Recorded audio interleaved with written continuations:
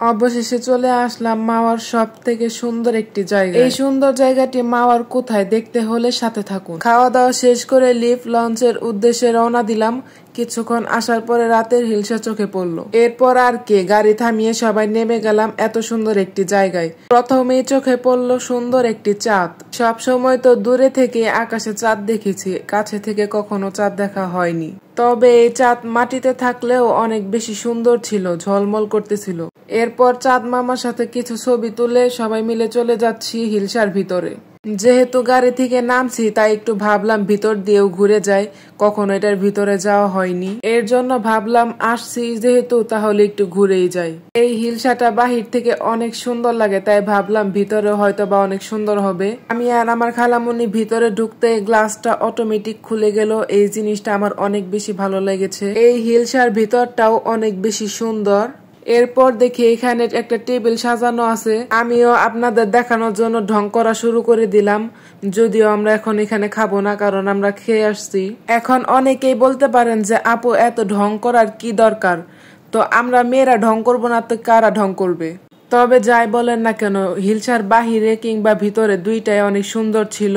এরপর সবাই মিলে চলে আসলাম আমার সেই স্বপ্নের জায়গায় লেফট লঞ্চে। এরপর সবাই মিলে চলে যাচ্ছি লেফট লঞ্চের ভিতরে। এই লেফট লঞ্চ রেস্টুরেন্টটি মাওয়া ঘাটের অনেকটাই কাছে। হিলসা থেকে কিছুটা পথ আসার পরেই হাইওয়ে রুটের সাথেই এই সুন্দর রেস্টুরেন্টটি। আপনারা অনেকেই এই রেস্টুরেন্টটি দেখে থাকবেন, কারণ এই রেস্টুরেন্টটি অনেক বেশি ভাইরাল। সেখান থেকে দেখে আমার অনেক ইচ্ছা ছিল যে এখানে আমি ঘুরতে আসব, তো ফাইনালি আমার স্বপ্নটা পূরণ হয়ে গেল। এইখানে আসতে পেরে আমার অনেক বেশি ভালো লাগতেছিল। অনেক দিন ধরে ভাবতেছিলাম যে এখানে ঘুরতে যাব, তো ফাইনালি চলেই আসলাম। সবুজে ঘেরা প্রকৃতি যারা ভালোবাসেন তারা একবার হলেও এখানে আসবেন, আপনার মন একদম ছুঁয়ে দিবে। চারিদিকে সবুজ আর সবুজ, চারিদিকে শুধু সবুজ না, সাথে আরো অনেক কিছু দেখতে পারবেন। সামনে এসে দেখি সুন্দর একটি লাইটিং করা ঝর্ণা। এই ঝর্ণাটা অনেক বেশি সুন্দর। এই ঝর্ণাটা আমার মন কেড়ে নিল একদম। আমি তো ঝর্ণার পানি দিয়ে একদম খেলা শুরু করে দিছি ছোট পোলাপানের মতো।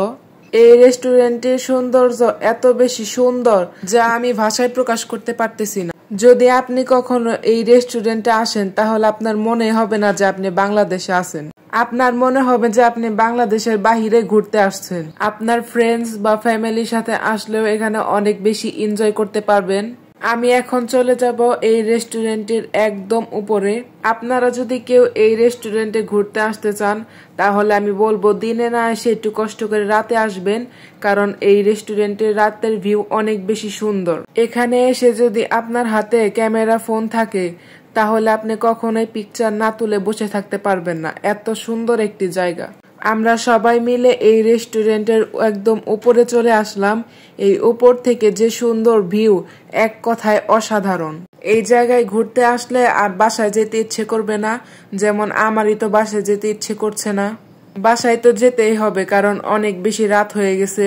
আর এখানেও আমরা খাওয়া দাওয়া করব না। আর যারা যারা আমাদের আগের ভিডিও দেখছেন তারা অবশ্যই জানেন যে আমরা ইলশা বাড়ি থেকে খেয়ে আসছি, এর জন্য এখানেও আমরা খাবো না। যদিও আমরা খেতাম, কিন্তু মাছ ভাত খাওয়ার পর এখন আর কারোরই খাওয়ার মতো অবস্থা নেই। যদিও মাওয়া আসার পর অনেক কিছু খাওয়া হয়ে গেছে আমাদের, কারোরই খাওয়ার মতো এখন পেটে জায়গা নেই। আপনারা চাইলে এখানে এসে খাওয়া দাওয়া প্লাস ঘোরাঘুরি সবই করতে পারবেন। আমরা আজকে এখান থেকে চলে যাইতেছি, যদিও চলে যাইতে ইচ্ছে করতেছে না। খালামণিরা ফোন দিতেছিল যে তাড়াতাড়ি চলে আসো, আমরা তোমাদের জন্য ওয়েট করতেছি, কারণ সবাই খাওয়া দাওয়া প্লাস ঘোরাঘুরি করতে করতে সবাই ক্লান্ত।